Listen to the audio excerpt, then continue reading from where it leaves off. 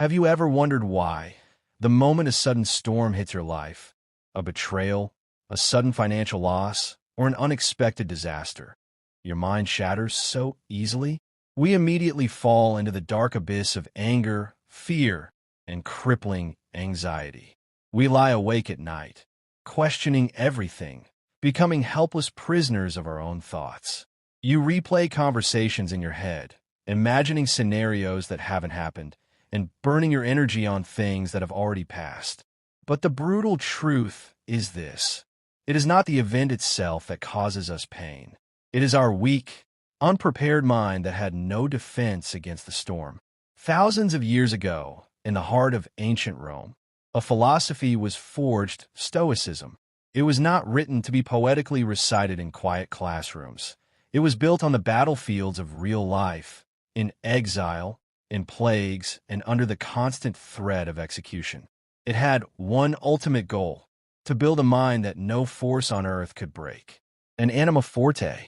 Picture an ancient stone fortress sitting on the edge of a cliff.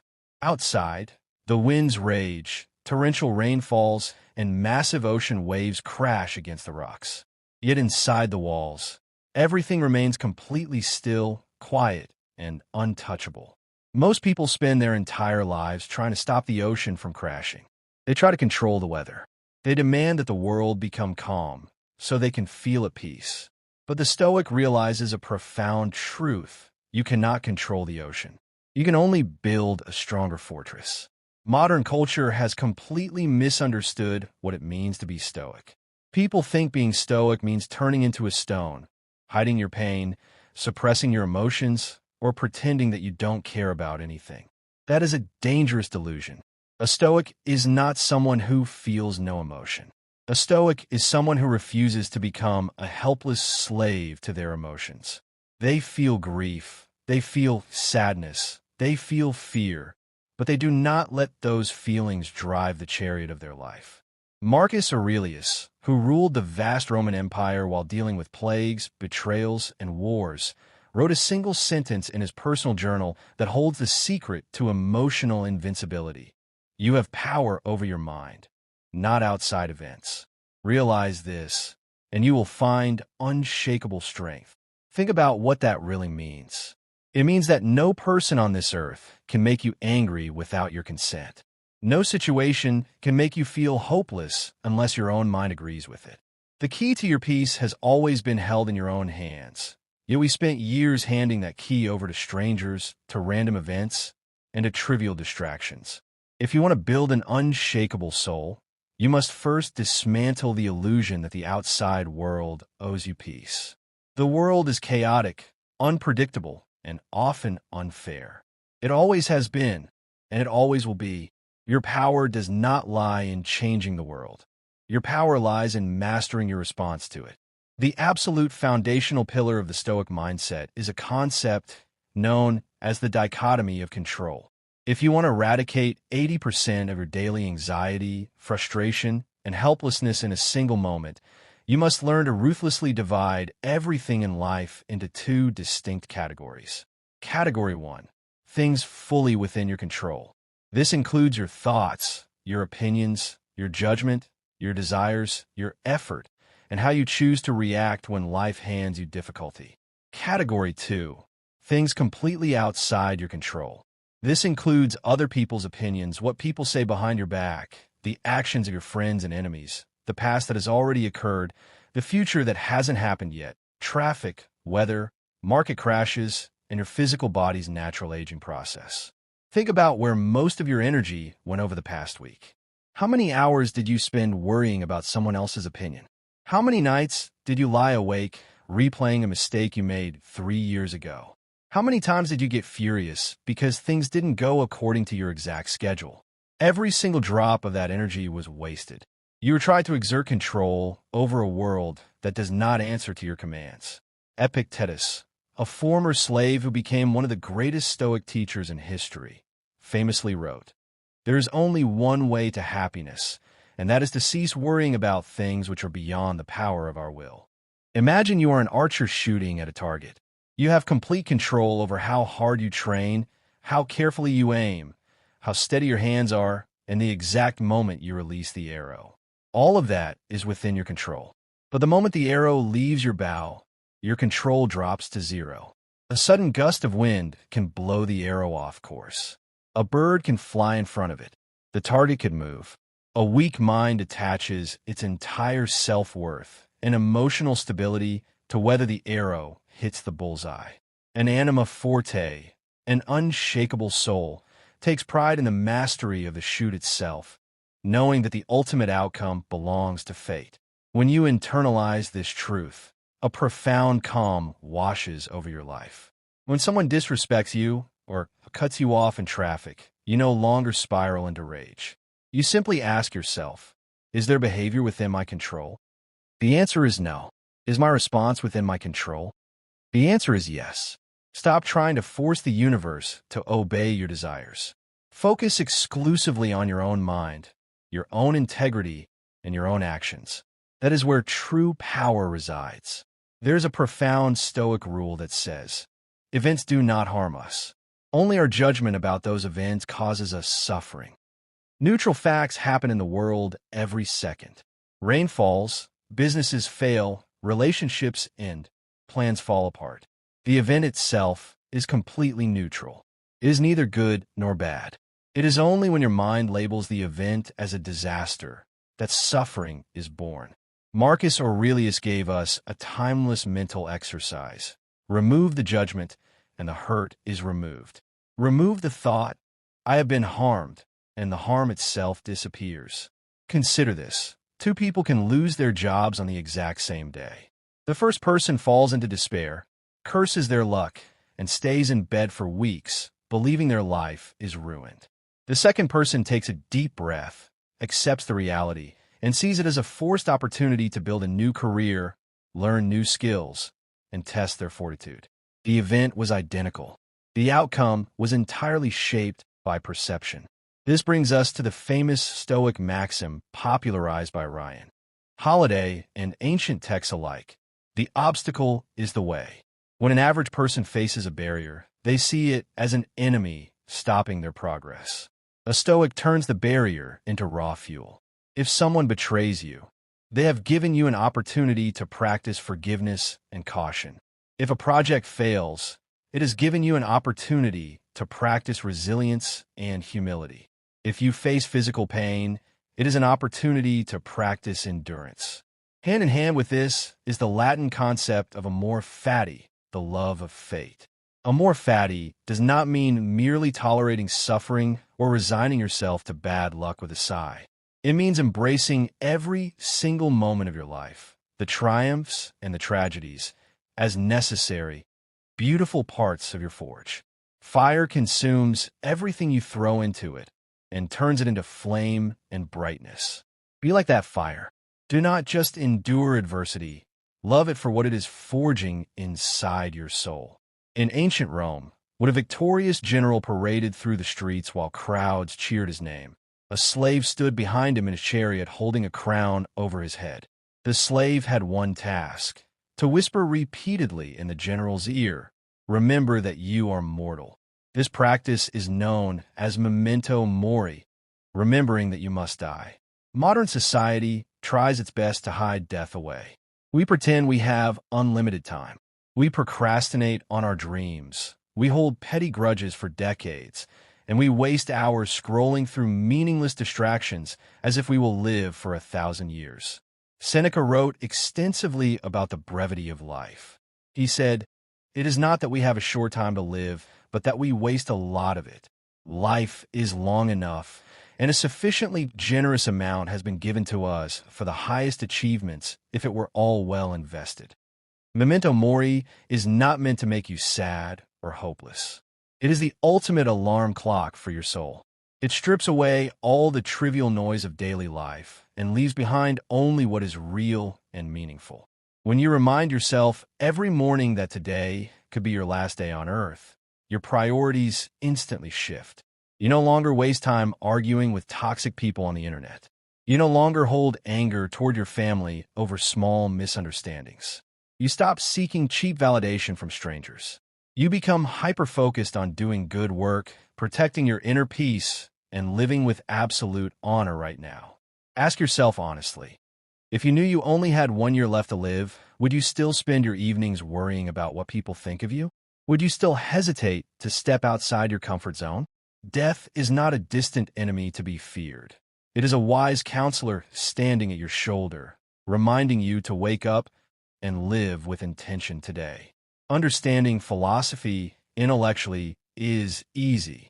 Reading quotes and listening to audiobooks will give you a temporary burst of motivation. But Stoicism was never meant to be read. It was meant to be lived. An anima forte is built through the relentless discipline of small, daily habits. Here are the 3 daily practices that will turn this philosophy into your second nature. First, the morning premeditation. Before you look at your phone or check notifications in the morning, spend 2 minutes setting your mental armor. Tell yourself, as Marcus Aurelius did every morning, today I will meet meddling, ungrateful, arrogant, dishonest, and jealous people. They're like this because they cannot distinguish good from evil.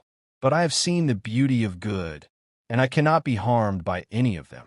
Second, the 5-second pause. Throughout the day, whenever someone offends you, or whenever bad news arrives, force a hard pause before you react. Do not speak. Do not send that angry message. Take a deep breath and give your rational mind time to step in. Remember that between the stimulus and your response, there is a space, and in that space lies your freedom. Third, the evening audit. At the end of the day, sit quietly with a notebook. Review your actions with total honesty, but without self-hatred. Ask yourself, what did I lose my composure today? What did I have handled better? What did I stay strong? Developing an unshakable mindset is not a destination you reach and then stop. It is an ongoing daily practice. Life will continuously throw tests at your door, disappointments, losses, stress, and conflict. But every test is simply an invitation to prove to yourself who is truly in charge of your life. You cannot control the wind, but you can always adjust your sails. Protect your inner fortress. Master your response. To build an unshakable mind, you must achieve what ancient Stoics referred to as emotional sovereignty. Most people live in a state of emotional slavery. Their happiness depends entirely on whether they receive a compliment. Their peace depends on whether their day goes smoothly. Their self-worth depends on how many people validate them. They're like dry leaves blown around by the slightest gust of wind. When you allow external circumstances to dictate your internal climate, you surrender your freedom. You become a subject to every insult, every traffic delay, and every disappointed expectation. Marcus Aurelius wrote extensively about the concept of the inner citadel. Inside your mind, there exists an impenetrable fortress. Within those walls, no external event, no harsh word, and no financial setback can force its way in unless you unlock the heavy wooden doors yourself. Imagine someone walking up to you on the street and handing you a heavy bag of trash. Would you accept it? Would you carry it around with you all day, showing it to your friends and complaining about how heavy it is? Of course not. You would walk away and leave it on the ground. Yet when someone handed you disrespect, insult, or anger today, you accepted it. You carried it in your mind for hours, replaying their words, letting their toxicity poison your blood. You voluntarily opened the gates of your citadel and welcomed the enemy inside. Emotional sovereignty means recognizing that an insult is merely noise passing through the air. It has no weight, no form, and no power until your judgment gives it power. The next time someone tries to provoke you, look at them with quiet detachment. Realize that their anger is a reflection of their own internal chaos, not your worth.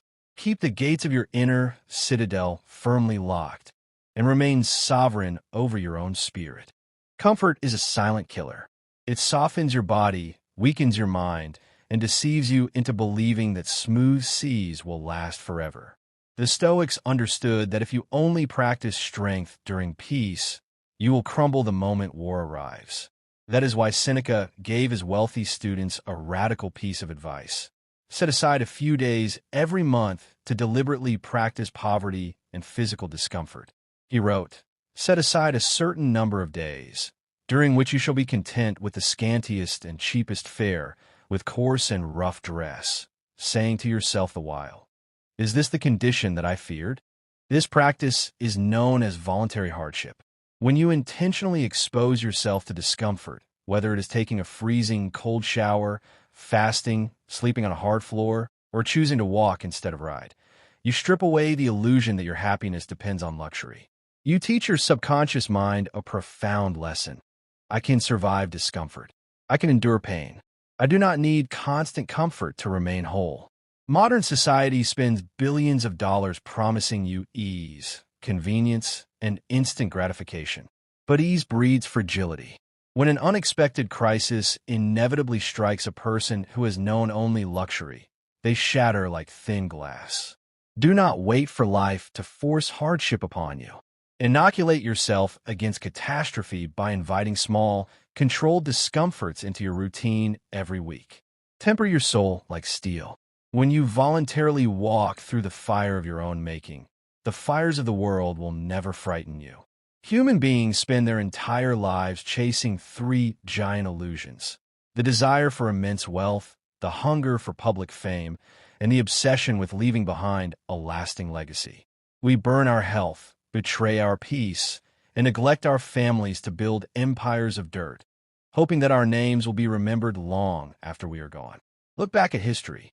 Where are the great kings who conquered entire continents? Where are the wealthiest merchants of ancient Babylon? Where are the celebrated artists of 5,000 years ago? Their bones have turned to dust, their empires have collapsed into ruins, and their names have been erased from memory. Marcus Aurelius, who possessed more wealth, power, and fame than almost any human who ever lived, looked at his own empire with total clarity. He wrote, "Look at the minds of those who seek fame. See what they fear and what they pursue. Everything is fleeting. Soon you will have forgotten all things, and soon all things will have forgotten you."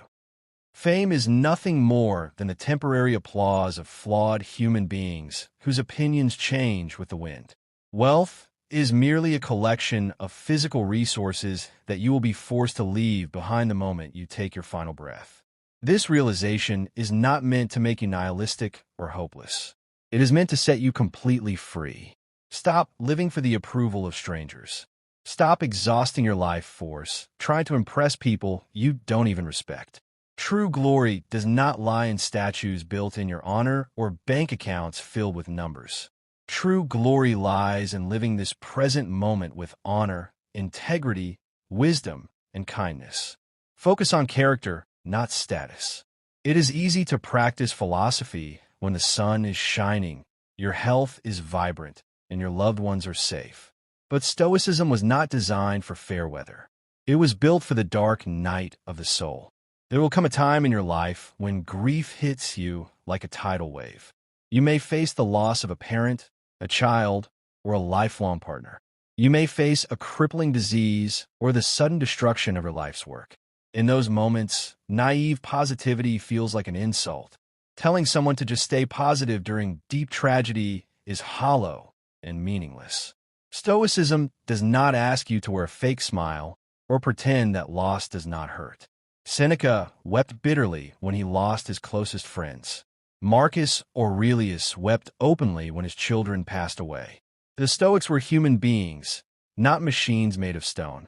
But there is a crucial difference between grieving with honor and surrendering to permanent despair. When darkness falls, the Stoic practices a more fatty in its highest form. You do not ask, "Why did fate do this to me?" You look at the tragedy, accept the unbearable reality without denial, and ask, "How do I carry this weight with dignity?" Grief is the price we pay for love. Suffering is the price we pay for existing in a fragile world. When you're forced to walk through the deepest valley of sorrow, remember that your response to tragedy defines your spirit. Do not allow suffering to make you bitter, cruel, or hopeless. Let it make you deeper, gentler, and more compassionate toward the pain of others. You cannot choose the grief that life gives you, but you can always choose to carry it like a king, not a victim. We have walked through the ruins of ancient wisdom. We have explored the dichotomy of control, the mastery of perception, the reality of death, and the fortress of emotional sovereignty. Now, as this journey comes to a close, a final question remains. Who will you be when you turn off this audio? Will you return to your old habits? Will you continue to let minor inconveniences ruin your day? Will you continue to waste your precious energy on gossip, anger, and petty rivalries? Or will you step into the world as an anima forte, an unshakable soul? Remember that philosophy is not a jacket you wear to look smart in front of others. It is an internal vow you make to yourself in the quiet hours of the night. It is tested in the moments when no one is watching, when you are cut off in traffic, when you receive bad news, when you're tempted to lie, or when you feel like quitting. From this day forward, make a sacred pact with your mind. When a storm comes, stand firm like the ancient stone cliff. When people vent their anger at you, offer them the stillness of your quiet mind. When life strips away your comfort, adapt and find strength in hardship. You are not a victim of this world. You are the master of your own spirit. Do not waste another second arguing about what a good person should be. Be one. Protect your inner fortress. Master your response. Stay unshakable.